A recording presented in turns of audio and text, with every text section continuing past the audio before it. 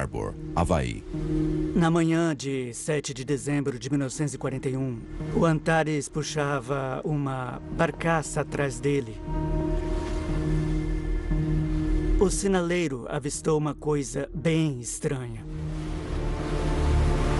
Estava seguindo o navio e o formato se assemelhava muito ao de um passadiço de um submarino, só que menor. O Antares enviou uma mensagem alertando sobre uma espécie de incursão inimiga. O USS Word disparou contra o mini submarino quando o avistou. O primeiro canhão disparou, o terceiro canhão disparou. E a bala o atingiu bem entre a torreta e o casco. E o submarino afundou. A tripulação do USS Word ainda não sabia disso, mas havia acabado de disparar os primeiros tiros americanos da Segunda Guerra Mundial. Os americanos também ainda não faziam ideia do que viria a seguir. 7 de dezembro de 1941. Um ataque surpresa de um inimigo à espreita que acabou custando cerca de 2.400 vidas e mudando a história. Foi um daqueles dias cruciais na história, como o ataque às Torres Gêmeas no 11 de setembro. Você sabe que o mundo nunca mais será como era antes. Agora, utilizando arquivos raros e relatos de testemunhas oculares, vamos retratar como se desenrolou o ataque a Pearl Harbor, minuto a minuto. Ataque a Pearl Harbor, minuto a minuto. Episódio 1. Segredos e oportunidades. 10h59. 22 de novembro de 1941, 16 dias antes do ataque.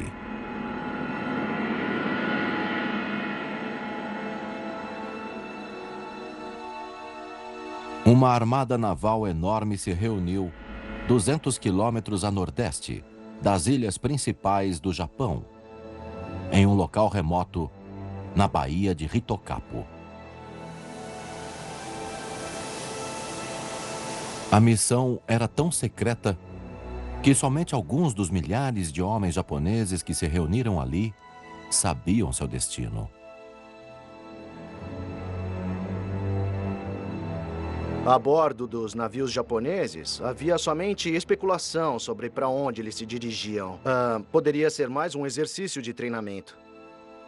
Muitos dos homens pensaram talvez seja um ataque contra os americanos nas Ilhas Aleutas, já que estamos indo para o norte, mas eles não faziam ideia de onde estavam indo. A bordo de um dos 6 porta-aviões estava um militar de avião torpedeiro de 23 anos, o Masamitsu Yoshioka. Agora, com 103 anos, é um dos últimos sobreviventes japoneses ao ataque a Pearl Harbor ainda vivos. Normalmente, eles nos informavam para onde estávamos indo e qual era o objetivo. Mas nessa missão especial, não falaram para onde estávamos nos dirigindo. A frota que foi reunida pretendia executar uma das operações mais complexas e ambiciosas da história da guerra naval. Planejavam navegar com uma frota de porta-aviões por 5.600 quilômetros através do oceano e atacar a base da frota americana do Pacífico, na ilha havaiana de Oahu. Não estavam apenas planejando atacar a base naval e destruir a frota do Pacífico dos Estados Unidos, mas também tinham planos para atacar todos os aeródromos da ilha Oahu. E era bem ambicioso, mas também muito ousado. O capitão começou a ler as instruções em voz alta. Diante da tirania americana arrogante, no dia 8 de dezembro, nós entraremos em guerra. Senti como se todo o meu sangue tivesse sido drenado da minha cabeça até os pés no convés de voo. Eu pensei então, agora finalmente teremos que partir. Será uma guerra enorme. E eu não voltarei.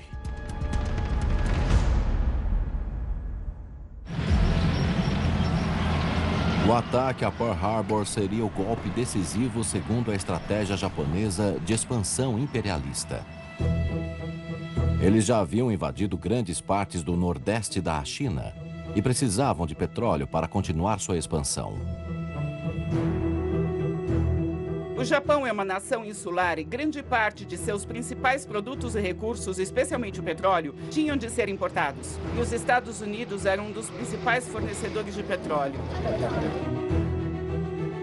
Em agosto de 1941, a América cortou o fornecimento de petróleo ao Japão após ele invadir a Indochina francesa.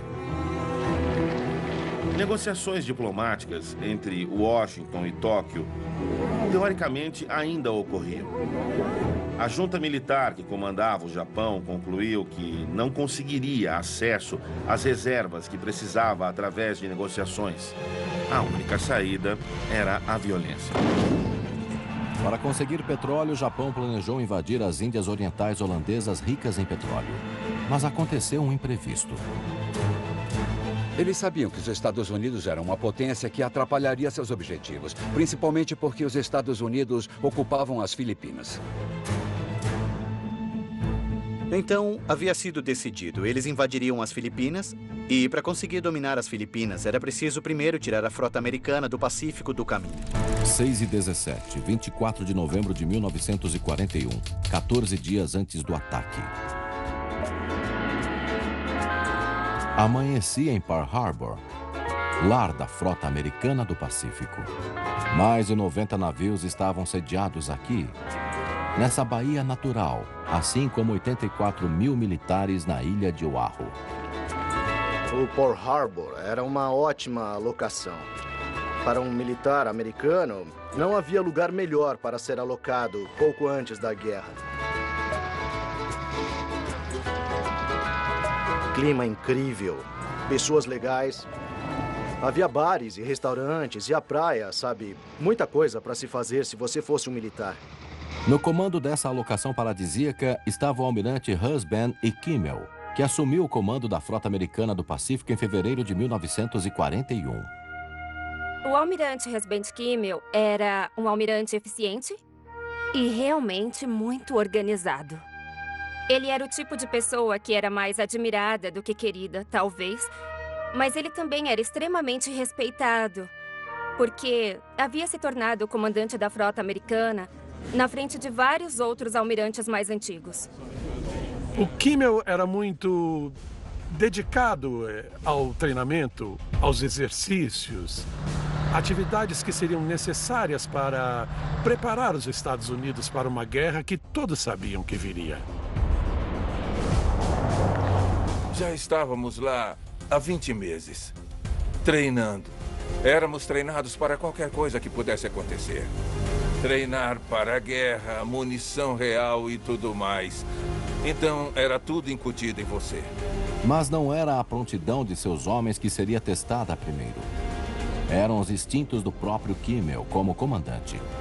Em 27 de novembro, ele recebeu um aviso da inteligência sobre um ataque em algum lugar do Pacífico. O aviso de guerra dizia: as intenções dos japoneses são desconhecidas. Suas ações serão imprevisíveis. Apenas esteja preparado. 7h59, 26 de novembro de 1941, 12 dias antes do ataque. Na Baía de Hitokapo, a força-tarefa japonesa Okido Butai estava a todo vapor. E zarpou em sua jornada de 5.600 quilômetros até o Havaí. Ao lado dos 6 porta-aviões enormes, com 387 aeronaves a bordo, havia 2 couraçados, 9 contra-torpedeiros, além de inúmeros cruzadores, submarinos e navios de apoio. A maioria das marinhas usa seus porta-aviões para encontrar o inimigo no oceano e depois informar sua localização para que os grandes navios com canhões consigam encontrá-los e enfrentá-los. Usar porta-aviões em uma força-tarefa massiva era uma tática naval incomum. Foi muito revolucionário. Isso demandaria muito da Marinha Japonesa também, porque eles possuíam apenas 10 porta-aviões. Mas o fato deles não terem que esperar a guerra vir e esperar por ela em território japonês foi bem revolucionário também. Para que a missão fosse bem sucedida, a força-tarefa deveria permanecer indetectada durante sua jornada de 12 dias. A força-tarefa, quando zarpou, realmente entrou em seu próprio mundo isolado. Não enviou aviões de reconhecimento e tomou muito cuidado com o descarte de lixo pelas laterais do navio, no caso de um submarino americano estar passando por ali. Todos os navios japoneses monitoravam a posição um do outro estritamente por meios visuais. Eles usavam bandeiras e semáforos para manter posição e se comunicar. Não havia nenhuma comunicação por rádio. Os japoneses também se esforçaram ao máximo para enganar a inteligência americana sobre o paradeiro da frota. Cada operador de rádio tem uma assinatura bem distinta. É quase como uma impressão digital. Então, esses grupos de homens ficaram no Japão e enviaram mensagens uma atrás da outra usando os códigos de sinais dos porta-aviões para despistá-los. O plano dos japoneses de atacar Pearl Harbor demorou mais de 9 meses para ser elaborado. Quem o arquitetou foi o almirante Isoroku Yamamoto. Isoroku Yamamoto foi uma figura conflituosa, um tanto paradoxal. Se por um lado ele costumava pensar racionalmente, por outro ele também agia impulsivamente. Em janeiro de 1941, o almirante Yamamoto deu início ao seu plano de ataque, mas muitos se opuseram a ele. Havia muitas pessoas na hierarquia naval que pensaram que fosse uma missão suicida e que era desnecessária. Em particular, não queriam dar a ele tantos porta-aviões. Com tanta oposição, o plano parou até. Mas Yamamoto tinha uma carta na manga. Yamamoto ameaçou renunciar, assim como seus apoiadores. Ele era tão conhecido e respeitado que a ameaça de renúncia tinha muito peso. Por isso, ele acabou triunfando. Seu plano foi aceito em outubro de 1941, mas muitos ainda tinham dúvidas. Se iniciássemos uma guerra contra a América, eles teriam mais aviões de combate, mais aviões de guerra. Então nos conformamos com o fato de que não conseguiríamos retornar. 11h59, 27 de novembro de 1941, 11 dias antes do ataque. Pearl Harbor, Havaí. Em Pearl Harbor, o almirante Kimmel e sua equipe refletiam sobre a notícia que haviam acabado de receber sobre a possibilidade de um ataque japonês. Washington enviou a todos os seus comandantes no Pacífico uma mensagem sem precedentes na história naval americana. Aquela mensagem simplesmente dizia na primeira linha: esse comunicado deve ser considerado um aviso de guerra. E ela também dizia: nós achamos que o ataque japonês ocorrerá nas Filipinas ou em Bornéu. Não mencionou o Havaí, mas avisou o Kimmel para se preparar. As bases americanas ao redor do Pacífico estavam recebendo várias informações diferentes da inteligência, que apontavam a iminência de um ataque japonês. O Kimmel foi alertado, mas o exército não estava com a mentalidade de prontidão. A guerra ainda não havia sido declarada. Eles não sabiam de onde estava vindo e nem como seria executado. Enquanto isso, a mais de 960 quilômetros em alto mar, a frota japonesa já estava a meio caminho de Pearl Harbor. A rota que os japoneses escolheram para se aproximar do Havaí passava pelos trechos mais desertos do Pacífico Norte, o que significa que o clima era absolutamente terrível. Alguns homens foram puxados para fora do convés. Também fazia muito frio e era bem desconfortável. Os japoneses gastavam pouco combustível, tentando manter a parte interna do navio quente. E eles usavam a água do mar gelada para se lavar. Então, Foi uma travessia brutalmente congelante no inverno. Quando zarpamos da Baía de Hitokapo, o clima estava péssimo. Nós jogamos Go Shogi e ouvimos discos. Nós apenas nos divertimos. Ninguém falava especialmente sobre vida ou morte.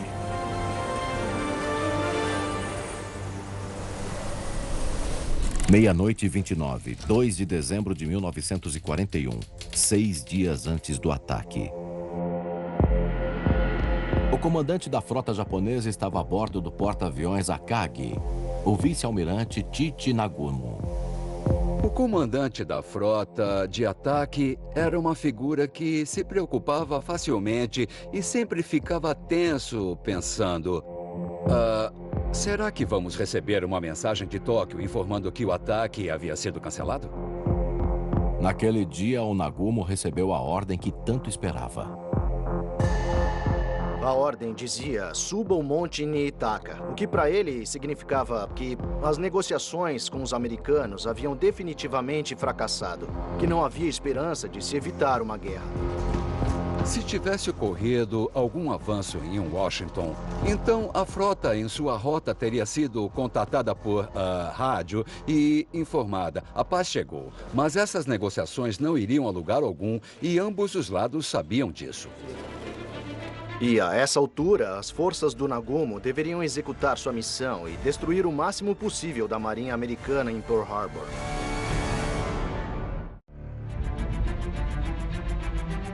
Pearl Harbor é uma formação geológica excepcional, localizada na costa sul da ilha de Oahu. E sua característica principal e mais incomum é o quão rasa ela era. A água tinha uma profundidade de cerca de 13 metros.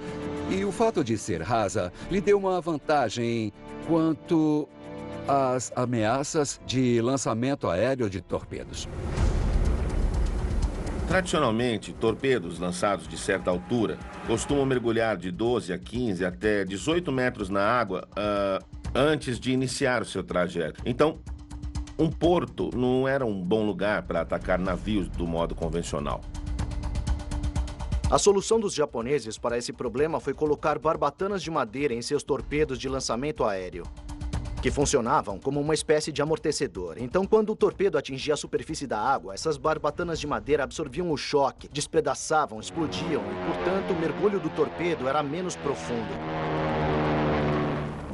Eles também limitaram severamente a velocidade da aeronave e pediram aos pilotos para virar o randome da aeronave cerca de 5 graus para cima para garantir que o torpedo atingisse a água na horizontal.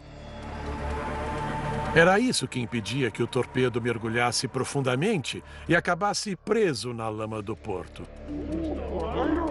As tripulações aéreas foram especialmente selecionadas para executar as manobras difíceis.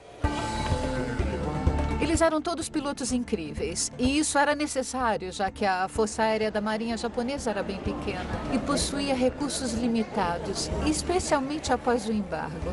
Então, eles tiveram que escolher um grupo seleto com grande experiência em pilotagem. Os pilotos começaram o treinamento no sul do Japão, na Baía de Kinko, que possuía o mesmo formato de Pearl Harbor. Os pilotos não sabiam para o que estavam treinando. Os equipamentos não eram capazes de medir distância e altura. Então treinei para medi-los a olho nu. Estávamos treinando para executar ataques aéreos com torpedos e baias rasas.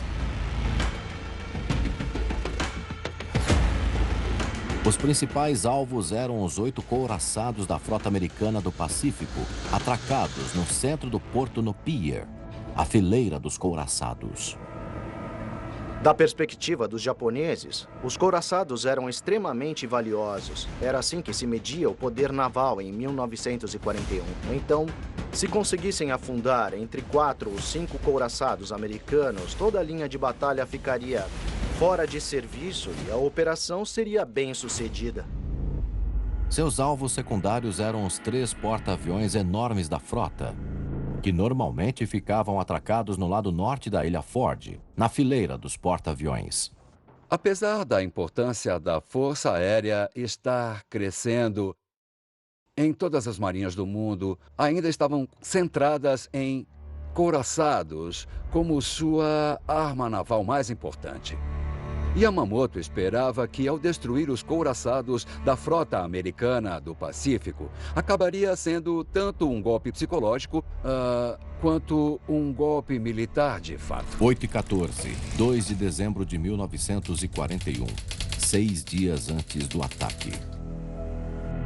Pearl Harbor, Havaí. Em Pearl Harbor, o almirante Kimmel se encontrou com seu chefe de inteligência, Edwin Layton. As notícias que ele recebeu poderiam ser cruciais para ajudá-lo a se preparar para um ataque. O seu chefe de inteligência disse: "Preciso te contar, almirante, que 4 porta-aviões japoneses não estão dizendo nada. Não há nenhuma comunicação por rádio. Eles não estão se comunicando ou recebendo mensagens." Navios japoneses já haviam desaparecido antes. Então Kimmel e Layton não se preocuparam demais. Ele disse: "Almirante, acho que isso significa que estão nos atacando e, portanto, não estão se comunicando." E Kimmel concordou com seu chefe de inteligência que o silêncio desses porta-aviões significava que estavam em sua base. Foi um erro de julgamento crucial. Esses 4 porta-aviões eram 4 dos 6 que estavam a caminho do Havaí. 00:34, 4 de dezembro de 1941, 4 dias antes do ataque. Sem que os americanos soubessem, a frota japonesa também estava recebendo informações da inteligência. Sua fonte no Havaí era um espião chamado Takeo Yoshikawa. Ele esteve se escondendo à plena vista em meio à grande população japonesa no Havaí pelos últimos 8 meses. Ele foi um dos maiores espiões da Segunda Guerra Mundial. Seu trabalho era estudar as operações da frota do Pacífico, seus ancoradouros, sua capacidade de sobrevoar, os aeródromos e ver quantas aeronaves possuíam. Ele era um oficial da Marinha treinado e então ele sabia o que procurar. Também era um homem bem criativo. Quer dizer, ele estava disposto a fazer o que fosse preciso para conseguir esse tipo de informação. Yoshikawa encontrou um taxista que o levava por toda a ilha para checar locais diferentes.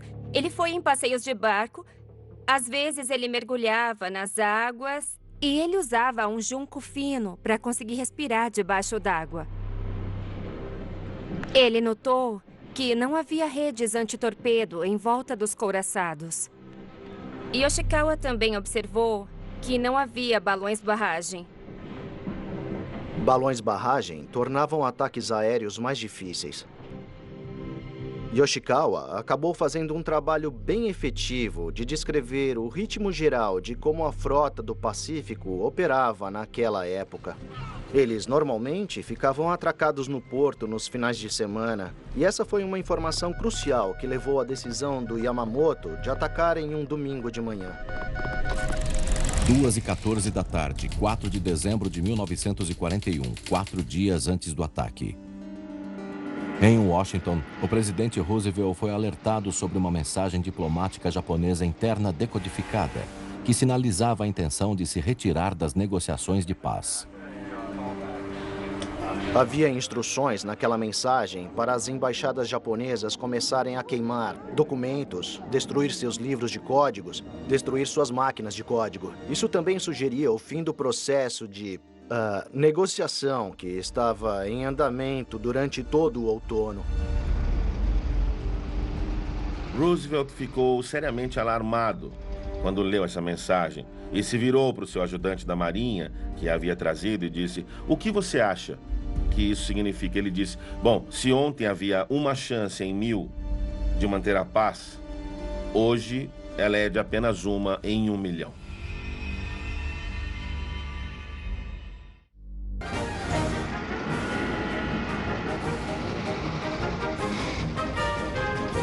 O sábado à noite, antes de Pearl Harbor, foi uma noite típica na cidade para muitos desses militares. Eles saíram para beber, para comer, para passar o tempo com seus amigos. E também estava acontecendo uma batalha de bandas.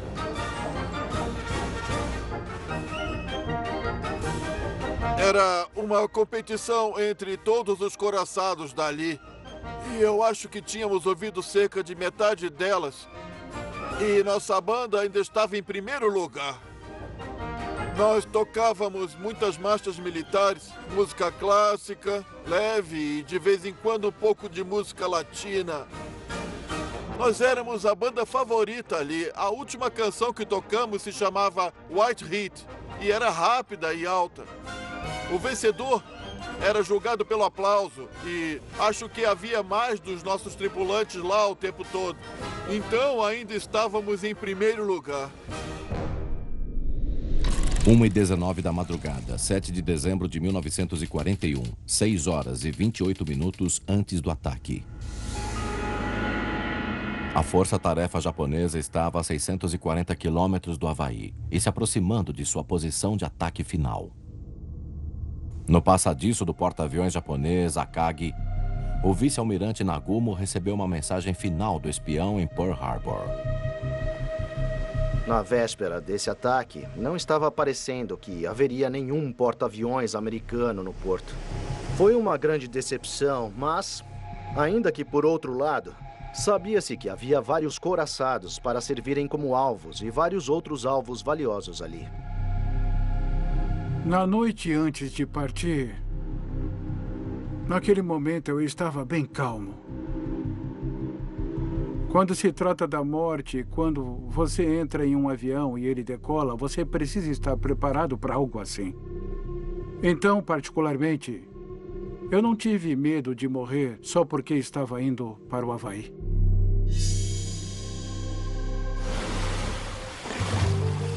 Então, perto de Pearl Harbor, marinheiros americanos avistaram uma embarcação incomum similar a um submarino na área defensiva. Eles lançaram um alerta, mas depois ele desapareceu.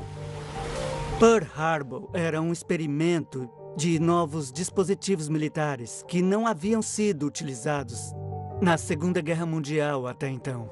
Uma das armas desenvolvidas foi um mini-submarino. Eram levados por submarinos de maior porte e lançados ao mar. Sempre havia um medo de que as modificações com as barbatanas de madeira nos torpedos aéreos não funcionassem. Então os japoneses criaram um plano B, na forma de 5 mini-submarinos. Tinha cerca de 24 metros de comprimento, 2 de largura na parte mais larga e eram muito apertados. Só havia 2 pessoas dentro do submarino, condições bem quentes. O interior do submarino chegava a mais de 38 graus e, basicamente, seu principal propósito era se infiltrar em Pearl Harbor para ter uma artilharia de torpedos extras. 4h36 da madrugada, 7 de dezembro de 1941, 3 horas e 11 minutos antes do ataque. Em Washington, a parte final da mensagem do governo japonês indicando seus planos para acabar com as negociações de paz foi interceptada pela inteligência naval e revelou os planos do Japão.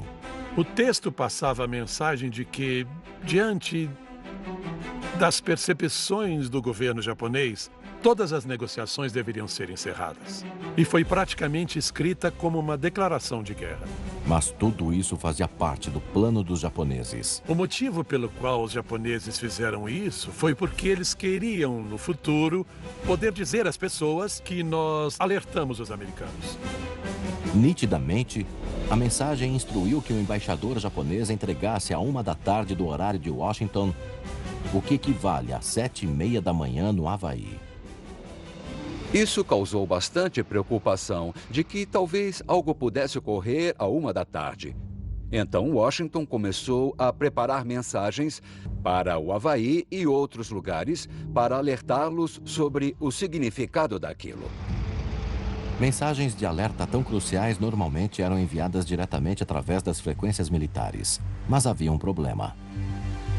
O problema era que os circuitos de rádio entre Washington e Honolulu não estavam funcionando naquela manhã. Então tiveram que recorrer a enviá-las através de meios comerciais.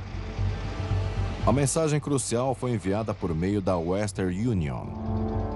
Ela só chegou no Havaí às 7h33 da manhã, apenas 15 minutos antes do ataque japonês começar.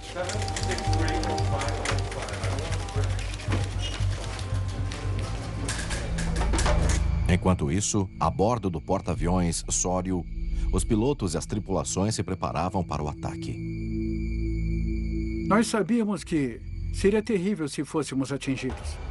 E tivemos que pular de paraquedas, porque acabaríamos virando prisioneiros de guerra. Então decidimos não usar nossos cintos paraquedistas e voamos até o Havaí sem os nossos cintos paraquedistas. Cada um de nós, todo mundo. 48 minutos antes do ataque. Às 6 da manhã, a força-tarefa chegou à sua posição de ataque 290 quilômetros a nordeste do Havaí. E a primeira onda de aviões decolou do porta-aviões japoneses. Já estava escuro quando começamos a decolar, então não estávamos enxergando bem. 9 aviões de combate decolaram antes de mim. Um dos aviões não ganhou sustentação suficiente e caiu no mar. O plano deles era voar em 2 ondas, uma após a outra, com os aviões torpedeiros iniciando o ataque no porto e atingindo os aeródromos logo depois. A primeira onda tinha 40 aviões torpedeiros que tentariam afundar os coraçados americanos e depois havia 50 bombardeiros horizontais de alto nível que atacariam os coraçados bem no centro. Foram auxiliados por bombardeiros de mergulho e aviões de combate liderados pelo comandante Mitsuo Fuchida.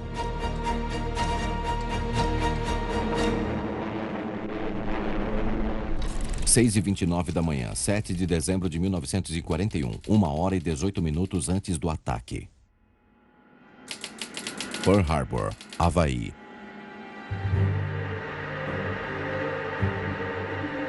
Em Pearl Harbor, os americanos avistaram novamente uma embarcação similar a um submarino. O USS Ward o avistou e disparou contra ele. Erraram o primeiro tiro, mas o segundo tiro o atingiu. E eles estavam certos de que haviam afundado, seja lá o que fosse. A tripulação do USS Ward ainda não sabia disso, mas havia acabado de disparar os primeiros tiros americanos da Segunda Guerra Mundial. Uma mensagem foi enviada a Pearl Harbor. Nós disparamos uma carga contra um submarino que operava dentro da área defensiva. Essa mensagem, infelizmente, começou a lentamente ser passada pela cadeia de comando. Havia tantos casos de relatos sobre submarinos que acabavam sendo falsos, que o relato acabou não chegando a lugar nenhum. Enquanto isso, na estação Opana, no extremo norte de Oahu, operadores de radar avistaram que parecia ser um grande número de aviões se aproximando rapidamente.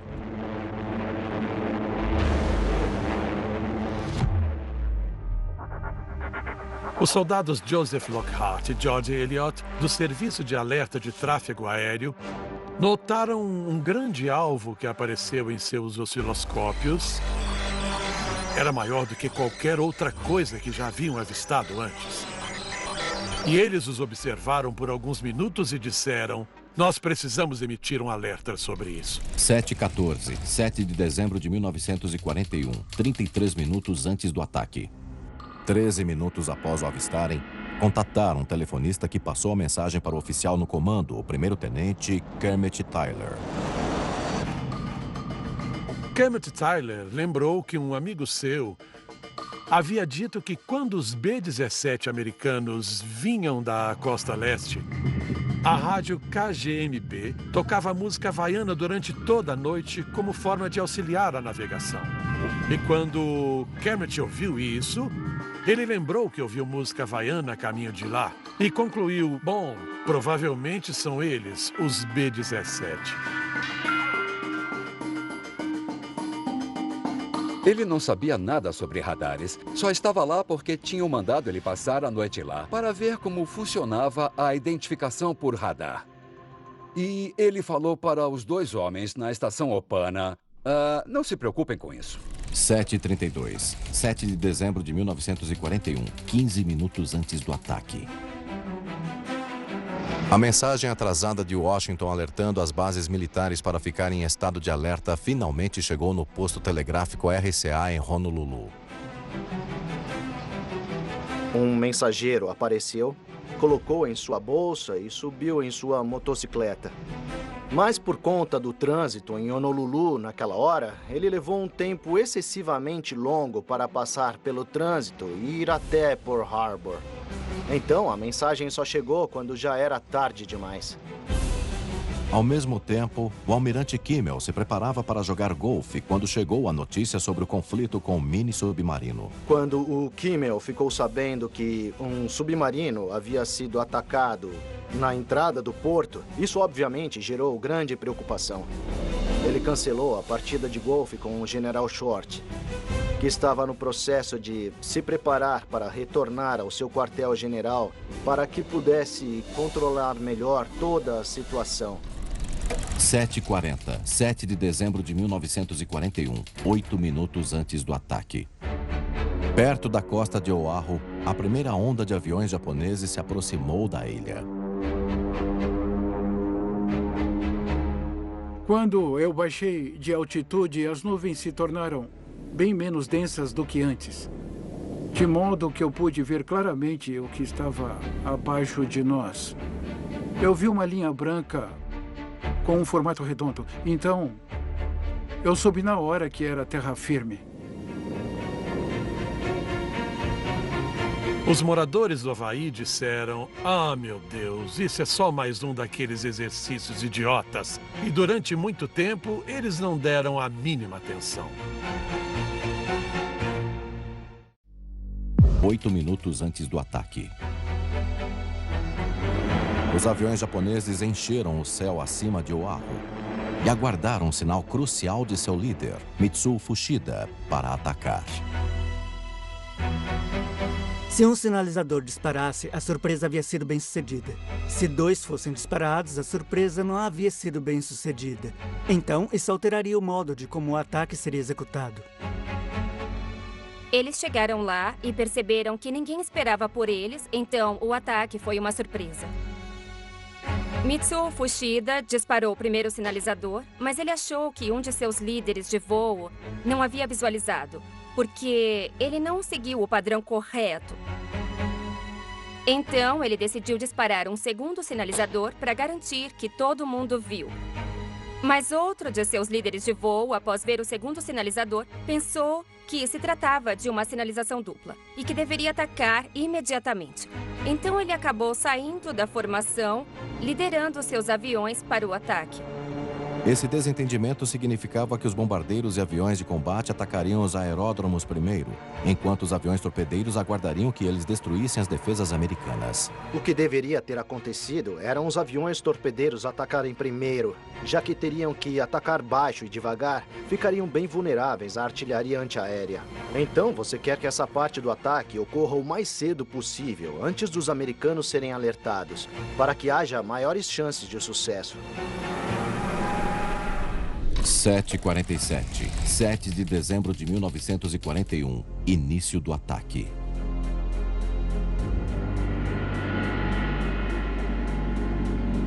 O aeródromo Wheeler, no centro de Oahu, foi o primeiro a ser atingido, seguido da base aérea de Kaneohe, no leste da ilha.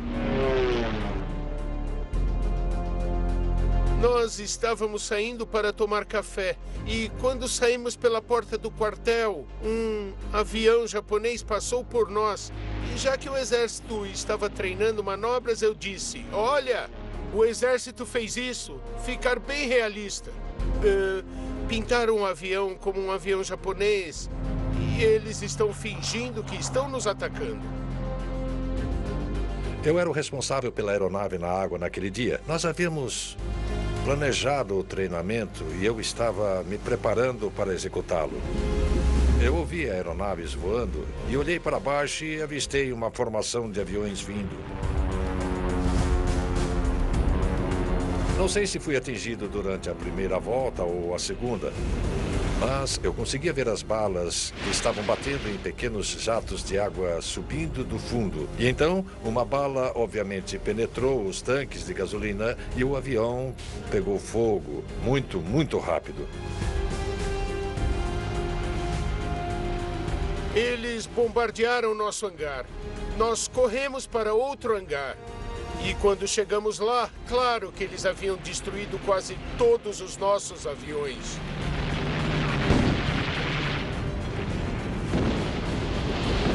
Aviões e aeródromos ao redor de Oahu haviam sido posicionados para que pudessem ser facilmente vigiados.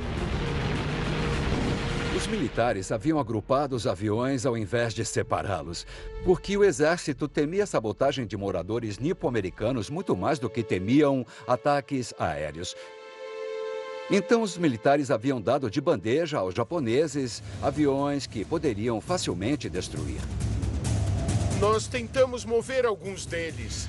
Nós começamos a desmontá-los porque alguns estavam em chamas e não queríamos que os outros queimassem. O resultado foi um dano tremendo para os americanos. Hangares em chamas, aeronaves destruídas, muita e muita fumaça e é claro que houve baixas. Eu me queimei tentando nadar no meio da gasolina, pegando fogo na água. Haviam 3 ou 4 aviões na água e acho que fui o único que saiu de lá vivo. A essa altura, os bombardeiros japoneses, os aviões torpedeiros e os bombardeiros de mergulho estavam todos se aproximando diretamente de Pearl Harbor. E não havia um único avião no céu do lado americano. 7h51, 7 de dezembro de 1941.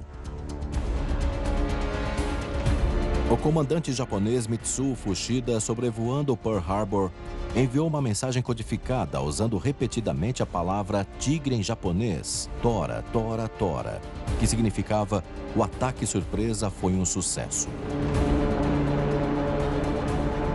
Ele mandou seu operador de rádio telegrafar a mensagem. Foi nesse momento que deram início ao ataque ao porto em Pearl Harbor. Estava muito claro que não havia esperança dos americanos evitarem o que estava por vir, que então seria um ataque completamente devastador. No próximo episódio, os japoneses liberaram toda a força de suas armas na frota do Pacífico em Pearl Harbor. A bomba caiu bem no centro do navio e eu fui arremessado para fora do convés. Perdemos 1.177 homens em 10 minutos. Temos sorte de estarmos vivos. Ele estava gritando para que eu entrasse num dos barcos. Eu disse, não vou abandonar meus irmãos. Eles estão aqui. Preciso encontrar eles. As portas do inferno haviam sido abertas. Era uma cena absolutamente cataclísmica.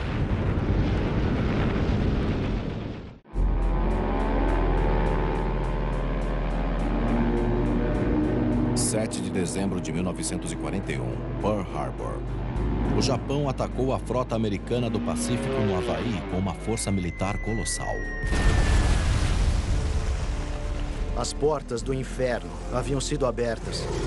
Era uma cena absolutamente cataclísmica. O que ocorreu durante apenas 2 horas e meia levou à morte de quase 2.400 militares americanos e mudou a história. Utilizando arquivos raros e relatos de testemunhas oculares, vamos retratar como desenrolou o ataque a Pearl Harbor, minuto a minuto. Foi um daqueles dias cruciais na história, como o ataque às Torres Gêmeas no 11 de setembro. Você sabe que o mundo jamais será como havia sido antes. O ataque começou às 7h48 da manhã, quando aviões japoneses atacaram os aeródromos. Em menos de 10 minutos, eles destruíram uma parte-chave das defesas aéreas da ilha. Não entrava na minha cabeça que estavam nos atacando. E os outros também não acreditavam. Depois, eles voltaram sua atenção para seus principais alvos, os couraçados no porto em si. Não havia mais esperança dos americanos evitarem o que estava por vir, que seria um ataque completamente devastador. Ataque a Pearl Harbor. Minuto a minuto. Episódio 2. Revelações inéditas.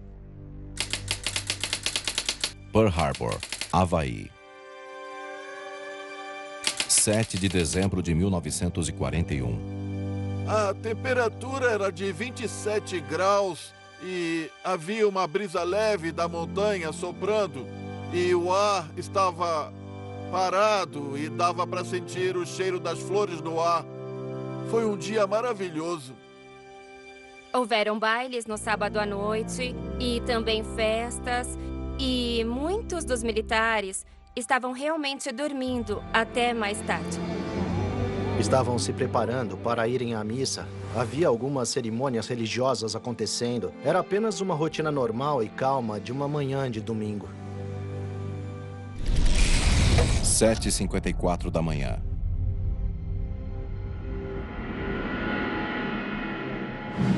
Um minuto antes do ataque a Pearl Harbor ocorrer, Frank Emont e a banda do USS Pennsylvania se preparavam para tocar.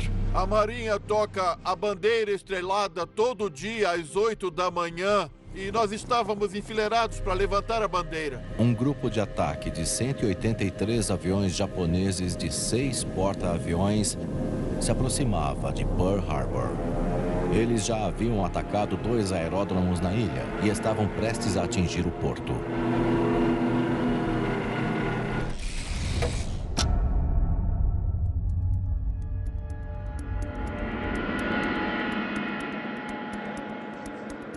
Quando foi 5 para as 8, a corneta soou para avisar a todos que estava chegando a hora de levantar a bandeira. E naquele momento eu ouvi um barulho e olhei para o céu e havia uma fileira de aviões vindo do lado direito. O primeiro alvo era o centro do porto. A base de hidroaviões na Ilha Ford é uma das últimas linhas de defesa aérea dos Estados Unidos. O primeiro deles se separou e algo caiu do avião. Achei que as peças da cauda tinham desmontado ou algo assim, então eu observei atingir o hangar da base aérea dali. Ele explodiu em chamas e fumaça.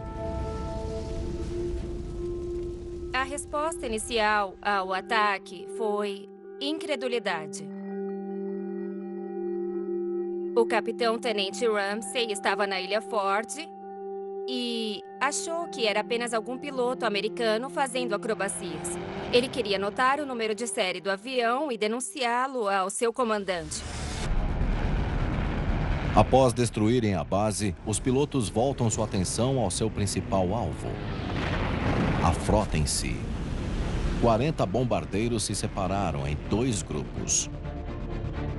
Um grupo deveria ir atrás da fileira de couraçados e dos navios de fora da fileira. E outro grupo se dirigiu ao outro lado da Ilha Ford. E ainda tinha esperança de encontrar um porta-aviões americano.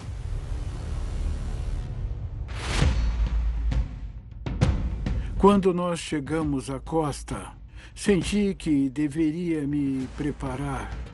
O fio de liberação tinha um mecanismo de defesa. Eu soltei ele e me preparei para lançar o torpedo a qualquer momento. O céu parecia estar cheio de aviões, pequenos bimotores, e dava para ver grandes pontos vermelhos na funelagem e nas asas. Então, na hora, nós percebemos que não eram nossos aviões. Os japoneses estavam ali. Recebemos ordens para atacar os porta-aviões, localizado no lado oeste. A frota americana do Pacífico tem 3 porta-aviões sediados em Pearl Harbor. Mas naquele dia, os ancoradouros estavam vazios.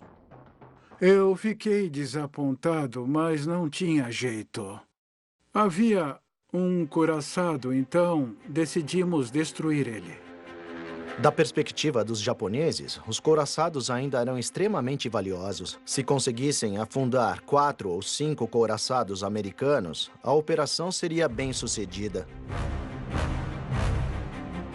Todos os 8 couraçados estavam no porto ao mesmo tempo, o que era raro. Isso não havia acontecido desde o verão de 1941. 7 deles estavam na fileira de couraçados no leste da ilha Ford. O 8º, o USS Pennsylvania, o navio almirante da Frota do Pacífico, estava na doca seca, passando por reparos. Idealmente, o que deveria ter acontecido é os aviões torpedeiros atacarem primeiro, já que teriam que atacar baixo e devagar, ficariam bem vulneráveis à artilharia antiaérea. Mas o plano japonês já estava sendo executado. Falhas de comunicação entre as tripulações aéreas fizeram com que os bombardeiros de mergulho se precipitassem. Então, consequentemente, a primeira onda partiu imediatamente de forma desordenada e houve ataques simultâneos acontecendo naquele momento. Enquanto o primeiro grupo de aviões torpedeiros se preparava para atacar, foram atingidos por colunas de fumaça preta, subindo das colisões dos bombardeiros de mergulho mais cedo. Havia muita fumaça, então eu não conseguia ver o lado oeste claramente. E não foi apenas a fumaça que os atrapalhou. Com o sol batendo nos olhos, as tripulações tiveram dificuldade para enxergar qualquer coisa. Mas através da névoa e do clarão, Masamitsu Yoshika viu seu alvo rapidamente de relance. A julgar pelo formato do mastro, era couraçado da classe Colorado. Decidimos que seria o alvo. E acho que o líder da esquadrilha pensou a mesma coisa.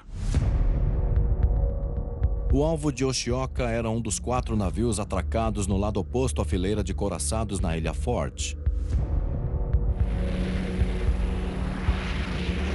O líder da unidade de torpedeiros foi em sua direção, mas quando se aproximou do alvo, retirou-se repentinamente. Seu ala o seguiu.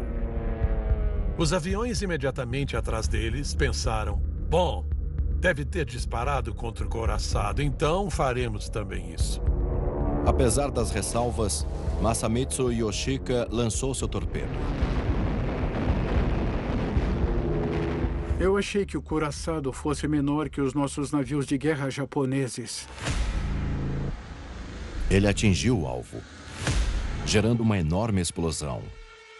E ele foi bem atingido na parte central do navio. Dentro de instantes, um segundo torpedo colidiu contra o casco do navio, mas não era o alvo que os japoneses queriam. Masamitsu atingiu o USS Utah, um contratorpedeiro antigo e altamente desmilitarizado, ao invés de um de seus alvos principais, os couraçados. Realmente, acho que cometemos um grande erro com o Utah. Os outros homens se saíram bem. Então, até hoje, o Utah ainda me incomoda. Não é uma coisa que eu me orgulhe. O USS Utah não foi a única vítima desse ataque. Um dos torpedos atingiu um segundo navio, o USS Raleigh, atracado atrás, mas era um alvo ainda menos valioso do que o Utah. Os pilotos deveriam ter esgotado todas as possibilidades antes de atacar navios menos importantes. Então, eles foram repreendidos quando retornaram ao porta-aviões por seus superiores por terem selecionado mal os alvos. Eles realmente não conseguiam ver em que diabos estavam mirando.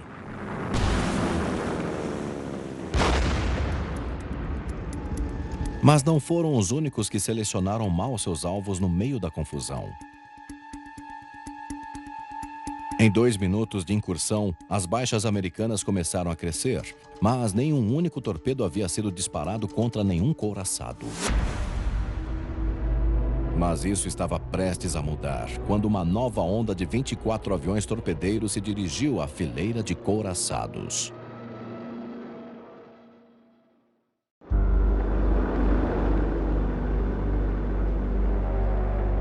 Centenas de metros abaixo dos aviões torpedeiros atacando, as tripulações dos couraçados não estavam cientes do que estava por vir. Eu estava no escritório embrulhando presentes para enviarmos para nossas casas no Natal quando uma voz veio do alto-falante. Ataque aéreo, ataque aéreo. Todos devem procurar abrigo. Todos estavam em seus postos de combate em 3 minutos. As portas e as escotilhas foram fechadas. Nossos primeiros canhões dispararam em 30 segundos.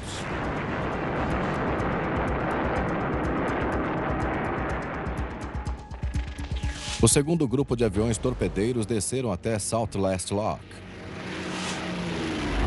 Finalmente, seus valiosos alvos marinhos estavam na mira, na fileira de couraçados. Aquele corpo de água era quase como uma pista de boliche, que ia em direção aos couraçados. Os pilotos podiam ver que aqueles 2 navios, o West Virginia e o Oklahoma, eram os alvos de ouro. Mas aqueles eram técnicos aéreos experientes que iam lançar um torpedo 5,5 metros que poderia abrir um buraco na lateral do couraçado, grande o bastante para um caminhão passar. Eles chegavam em duplas. Um avião de um lado da dupla para destruir um couraçado. E um avião de um lado oposto deveria destruir o navio ao lado. Mas enquanto o líder da dupla se preparava para lançar seus torpedos, aviões dos ataques anteriores cruzaram seu caminho. Haviam múltiplas aeronaves cruzando na contramão, por assim dizer. As coisas ficaram bem confusas, e então aquelas aeronaves tiveram que abortar e circular novamente. Foi um desperdício de tempo valioso. Os japoneses rapidamente perderam a vantagem da surpresa. Fechaduras foram quebradas para que a munição pudesse ser levada até os canhões. O volume e a intensidade da defesa antiaérea dos americanos aumentou demais. Muito rapidamente.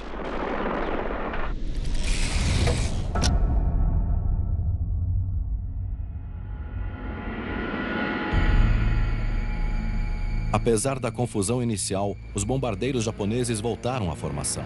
Desafiando a defesa antiaérea, eles se aproximaram e atiraram no USS West Virginia e no USS Oklahoma. Muito rapidamente, as primeiras 6 aeronaves dispararam. Bum, bum, bum, com um intervalo de segundos entre si. E todos os torpedos cruzaram o céu ao mesmo tempo. Dava para ver as faixas de torpedos atingindo o West Virginia. E depois também deu para ver os rastros de fumaça deles e uma agitação na água enquanto eles iam em direção ao Oklahoma.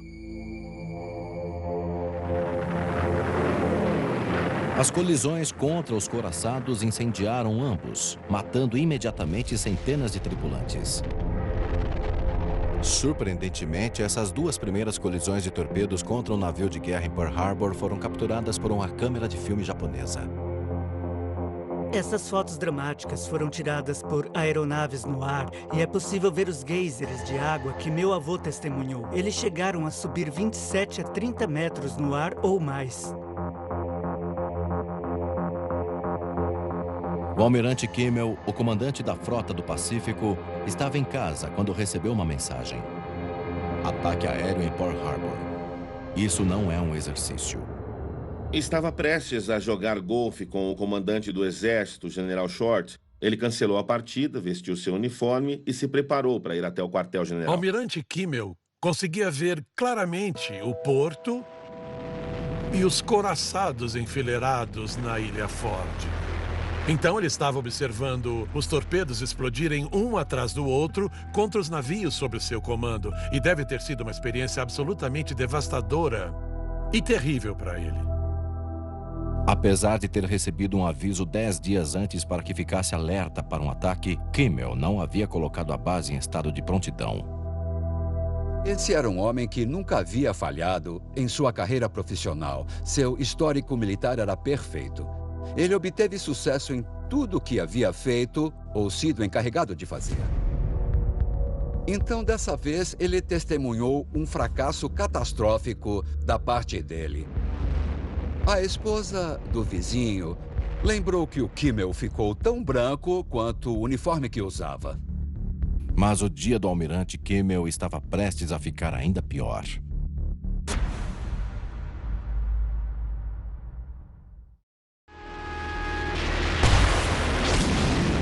Enquanto o ataque japonês a Pearl Harbor se agravava, o USS Virginia e o USS Oklahoma foram atingidos por torpedos, matando centenas de marinheiros. Muitos outros agora lutavam por suas vidas, desempenhando feitos heróicos de bravura. Um desses feitos envolveu o capitão do West Virginia, Mervyn Bennion, que foi atingido por estilhaços que voavam. Eles precisavam tirar o capitão do passadiço porque o fogo estava começando a atingir a parte inferior do navio. Até que chegou ao atendente Doris Miller. Enquanto Doris Miller se dirigia ao posto de combate que lhe foi designado, um oficial o chamou e pediu sua ajuda para levar o comandante do West Virginia para um local mais seguro. A situação dos afro-americanos na Marinha dos Estados Unidos em 1941 era de segregação racial entre brancos e negros. E a Marinha mantinha isso ao limitar as patentes que os afro-americanos poderiam assumir. Depois de levar o comandante, o atendente Miller se uniu à defesa do navio, apesar de não ter tido treinamento. Ele viu um caminhão antiaéreo que não estava sendo usado e, de acordo com seu próprio relato, o Miller disse: "Eu só disparei. Não tinha certeza do que fazer." Tudo que Doris Miller queria era participar da batalha. Lutar contra o inimigo não era como pendurar as roupas de outro homem, cozinhar e servir suas refeições. 8h06 da manhã. 3.000 metros acima do porto, bombardeiros de alto nível se preparavam para o próximo ataque letal. O golpe de misericórdia da primeira onda foi o ataque de bombardeiro de alto nível, liderado pelo próprio comandante Fuchida. As unidades de bombardeiros de alto nível circularam pelo lado oeste de Oahu e se enfileiraram para uma onda de ataque contra os couraçados. O objetivo era destruir os couraçados que saíram ilesos dos ataques de torpedo. Os gigantes no interior da fileira couraçados USS Maryland, USS Tennessee e USS Arizona. Os bombardeiros lançaram suas cargas simultaneamente.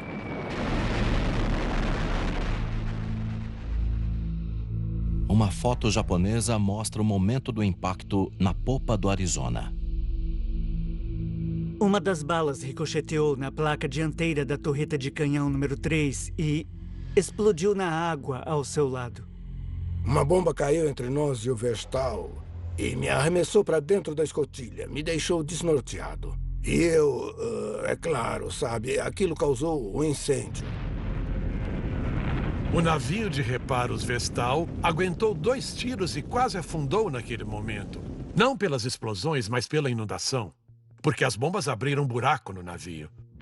No USS Arizona, o contramestre John Anderson foi ajudar seu irmão gêmeo Delbert em uma das baterias antiaéreas do navio, sem saber que um segundo grupo de bombardeiros estava com o Arizona em sua mira.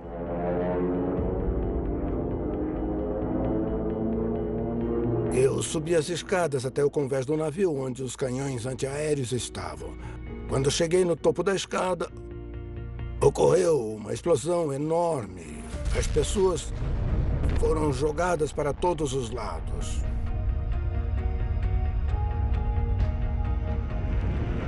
A bomba atingiu um pouco atrás da torreta número 2.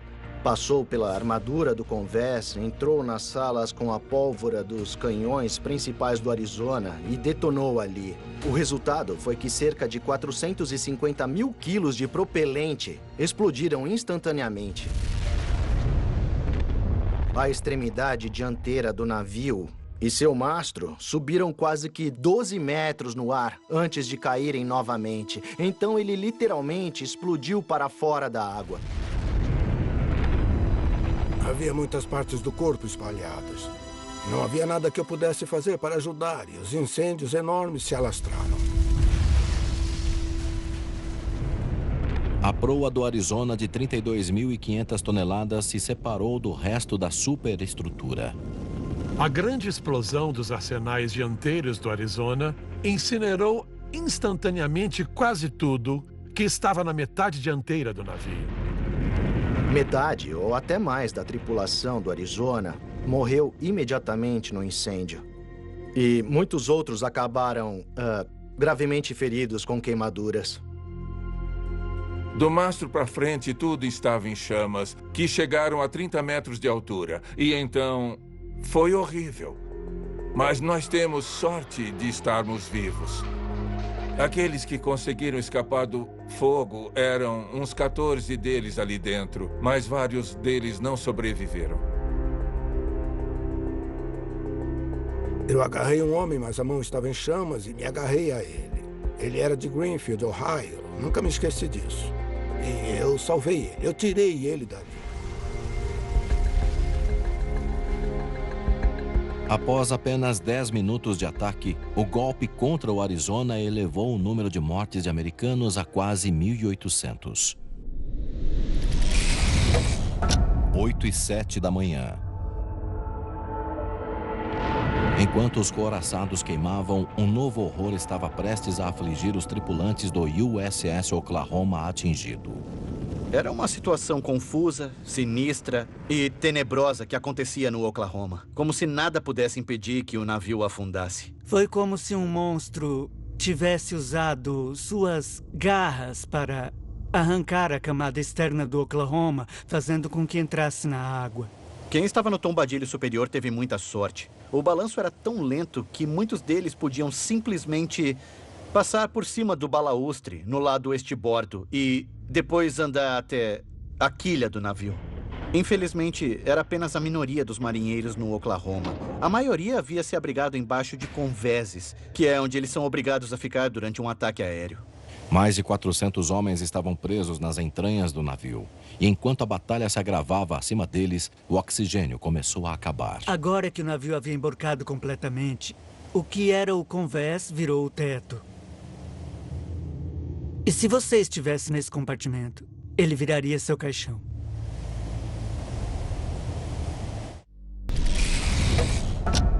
8h40 da manhã. Após somente 30 minutos, a primeira onda de aviões japoneses partiu e uma calmaria pairou sobre o porto. O USS Arizona havia partido em dois. O USS West Virginia afundava rapidamente e ali perto o USS Oklahoma havia emborcado. Apenas um dos 8 couraçados, o USS Nevada, conseguiu zarpar e se dirigir a um local seguro. O chefe contramestre Edwin Hill liderou uma equipe para desatracar o Nevada da doca. Ele deixou o navio, cortou a amarra, depois pulou na água e nadou de volta para o Nevada. Quando se livraram das amarras, se afastaram e desceram pelo canal. Todos o viram, estava bem no meio. A manobra do Nevada foi muito corajosa. E mostrou para todos no porto que eles não iam apenas ficar lá sentados enquanto os atacavam. 8h50 da manhã. Mas o ataque estava longe de acabar. Uma segunda onda de aviões japoneses voava em direção aos navios atingidos. Tudo estava calmo há um tempo, mas então começamos a ouvir explosões altas novamente e soubemos que havia recomeçado.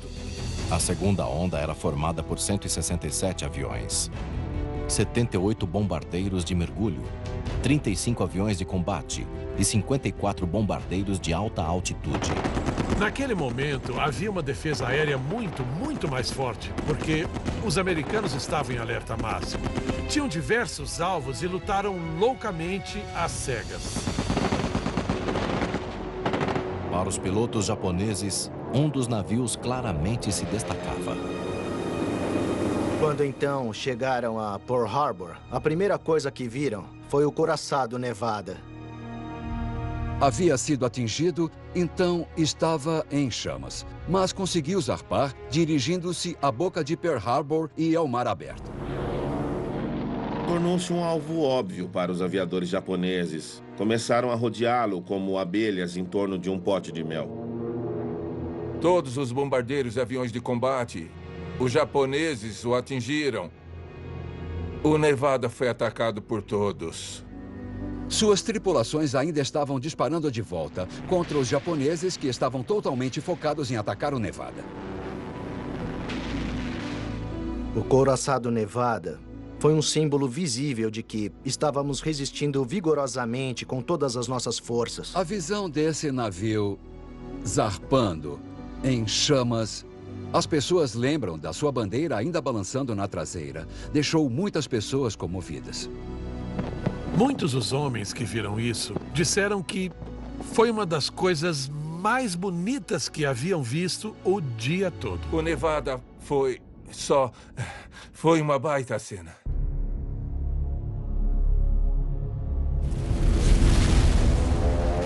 Os tiros dos bombardeiros de mergulho contra o navio passavam de raspão, passavam de raspão, passavam de raspão, até que finalmente foi atingido por 5 bombas.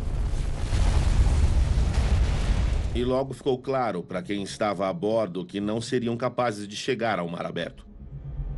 Estava perdendo tanta velocidade e o incêndio estava se alastrando tanto que o capitão tomou a decisão de aterrar o navio em Hospital Point. E depois os rebocadores o puxaram através do canal e foi ali que seu ataque terminou. Perdeu um grande número de homens. 57 pessoas morreram por conta do ataque, incluindo Edwin Hill, o homem que ajudou o Nevada a zarpar. Edwin Hill estava trabalhando no castelo de proa quando foi arremessado pela lateral do navio e morreu instantaneamente. O Nevada, eles o ancoraram porque não queriam que afundasse no canal. Todo mundo agiu 100% da maneira como deveriam agir. Não teve ninguém naquele navio que não fez jus ao que foi treinado. 8h58 da manhã. Conforme a segunda onda atingiu o porto, os aeródromos de Oahu foram novamente alvos de ataques. Os bombardeiros japoneses retornaram para atacar a base aérea de Kaneohe no leste da ilha. Os aviões japoneses estavam chegando em formação. Lançaram outra bomba no hangar. Tinha um homem sentado na porta do hangar. E quando a bomba caiu, pareceu que ele tentou levantar e depois se sentou de novo. Quando se aproximaram, viram que estava morto e descobriram que aquela bomba, alguns estilhaços tinham atravessado diretamente seu peito até o coração. Já que não tínhamos nenhum canhão para disparar contra eles, tentamos ficar fora do caminho.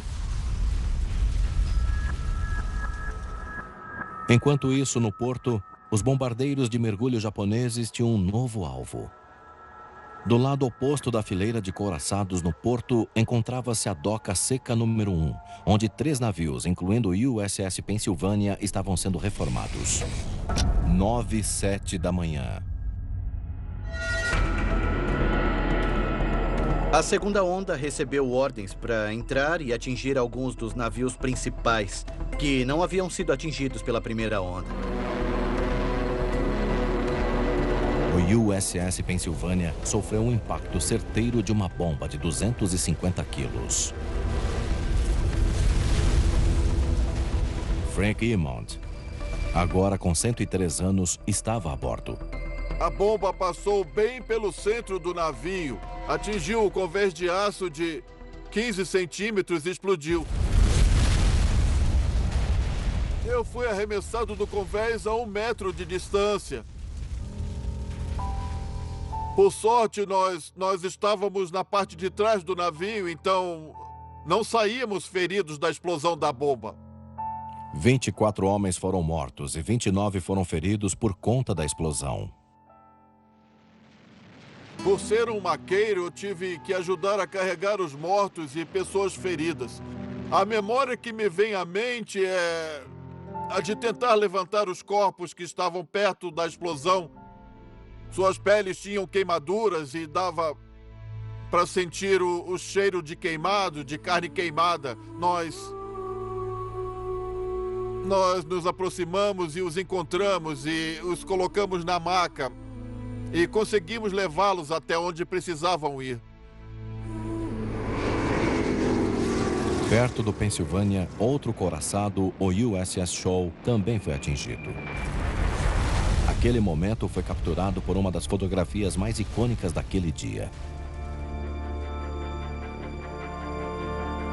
O Shaw foi atingido bem na sua proa, onde o arsenal dianteiro explodiu e destruiu completamente a proa.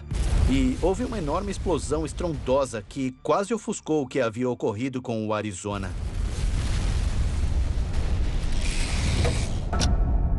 10h15 da manhã.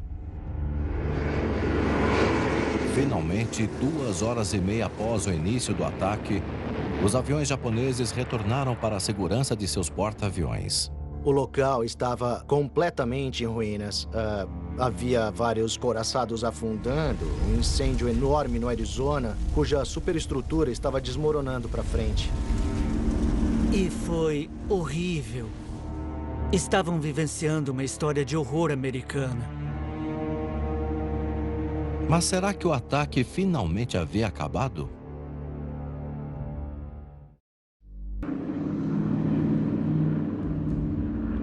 Após a retirada dos últimos aviões japoneses, os americanos anteciparam um possível ataque de uma terceira onda. Mas ela nunca veio. O vice-almirante Chuichi Nagumo retirou suas forças e retornou ao Japão. Nagumo checou suas ordens e disse: "Fui incumbido de afundar 4 couraçados americanos. A avaliação inicial mostra que atingimos pelo menos 4 deles. A missão foi um sucesso. Estamos indo para casa." A antes poderosa frota americana do Pacífico se encontrava em ruínas e 5 de seus 8 couraçados haviam sido afundados. A contagem total de vidas americanas perdidas foi alta: 2.390 mortos e 1.179 feridos. A grande maioria eram novos recrutas que haviam terminado o ensino médio recentemente. Nos aeródromos de Oahu, 347 aviões foram destruídos ou danificados, um número significativamente maior do que os japoneses esperavam. Os japoneses alcançaram bem mais do que em seus sonhos mais loucos. Obviamente, ficaram desapontados que os porta-aviões não estavam no porto. Mas haviam destruído a linha de batalha da Frota do Pacífico e ela nunca mais seria a mesma. Os japoneses perderam apenas 65 homens, além de 5 mini-submarinos. Das 350 aeronaves que haviam lançado, apenas 29 não retornaram. O ataque poderia até ter acabado, mas a batalha para salvar os feridos e resgatar aqueles presos dentro dos navios emborcados e em chamas se intensificou. Havia óleo combustível boiando no topo, em certos casos em chamas, assim como havia piscinas de gasolina e coisas do tipo. Então dá para entender que apenas tirar esses caras da água, em muitos casos, foi bem difícil. Um dos marinheiros foi até um desses barcos para resgatar sobreviventes e acabou carregando corpos. Não havia pessoas suficientes para dar conta da alta taxa de baixas. Os hospitais estavam lotados. O navio Hospital Solace estava lidando com mais baixas do que podia. Os médicos estavam trabalhando freneticamente. Um homem estava deitado ali. Não havia espaço para ele. Nós não tínhamos hospital. É claro, me senti muito mal por ele. Um homem jovem que estava perfeitamente saudável apenas meia hora antes. E agora estava... não conseguia nem sentir suas pernas. As operações de resgate no porto continuaram durante a noite. Mas em alguns navios, o resgate era quase impossível. Uma das histórias mais duras de Pearl Harbor foi a história do Oklahoma, que adernou durante o ataque após ter sido atingido por torpedos. Muitos homens conseguiram escapar, subiram no casco e foram resgatados, mas um número muito maior foi abandonado dentro do navio. Quando o navio adernou, a parte de cima virou de cabeça para baixo. Ficou totalmente escuro. Os marinheiros ficaram presos em bolsões de ar. Estavam cobertos de óleo. Não conseguiam enxergar. Foi um lugar onde marinheiros foram sepultados. Àquela altura, realmente não havia como escapar. Estavam simplesmente presos debaixo do casco e tiveram que esperar pelo resgate. Era uma tarefa delicada. Para chegar aos homens encurralados, os socorristas abriram buracos no casco submerso, diante do perigo da água entrar no lugar do escape de ar. Trabalhadores do estaleiro descreveram ver as mãos subindo do buraco.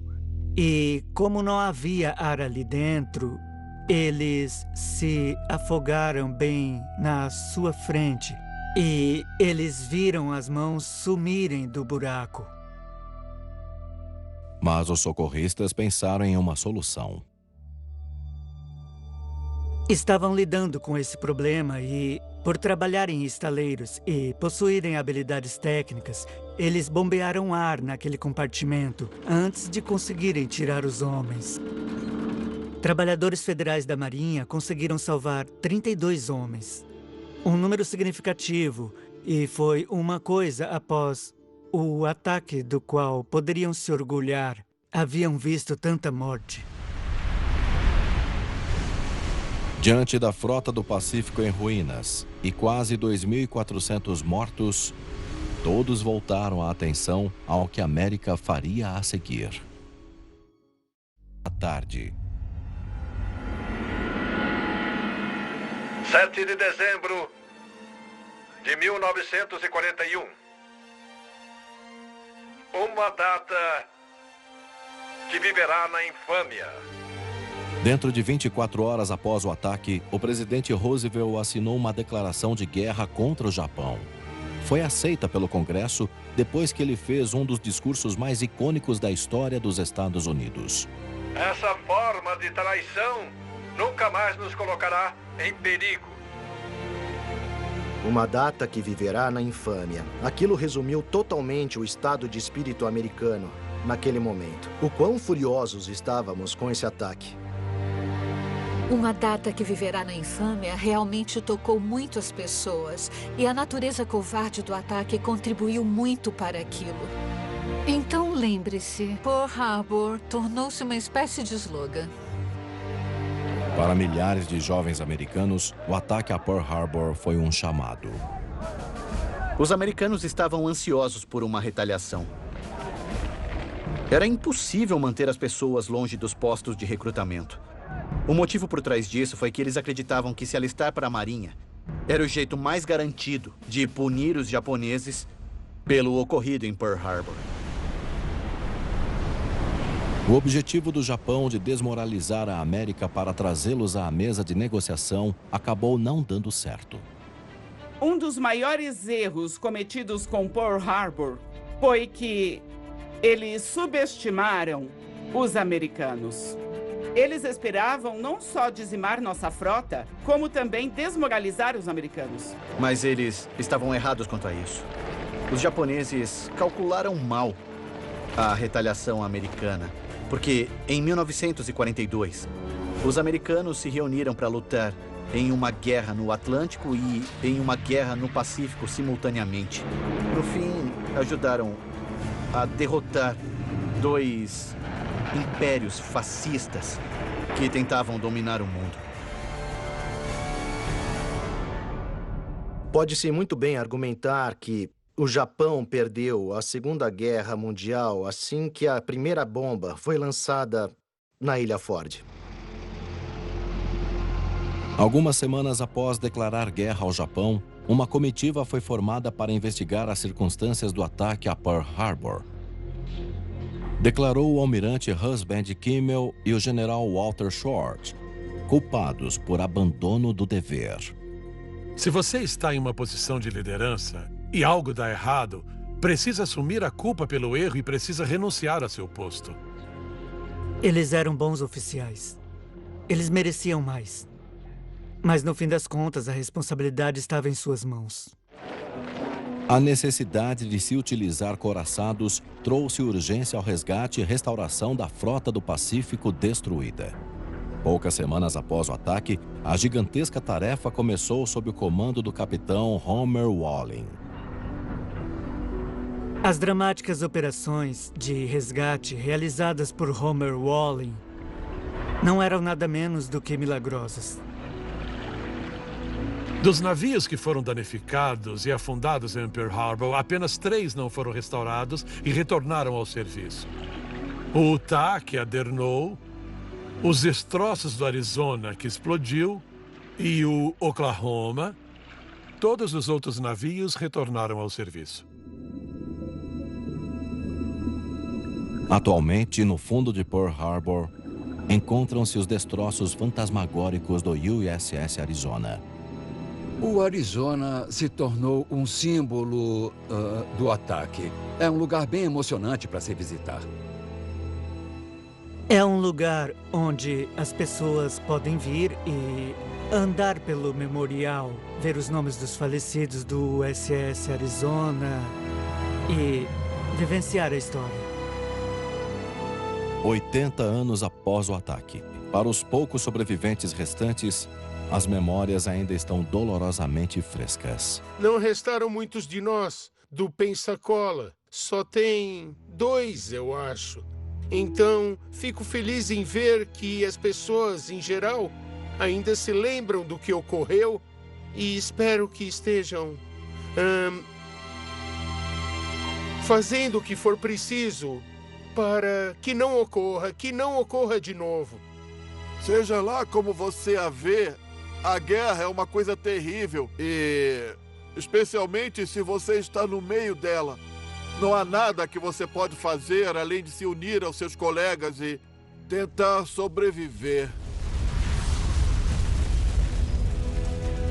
1177 no Arizona. Meus companheiros morreram. Eu não sou um herói. Eles são os heróis. Foram eles que perderam suas vidas.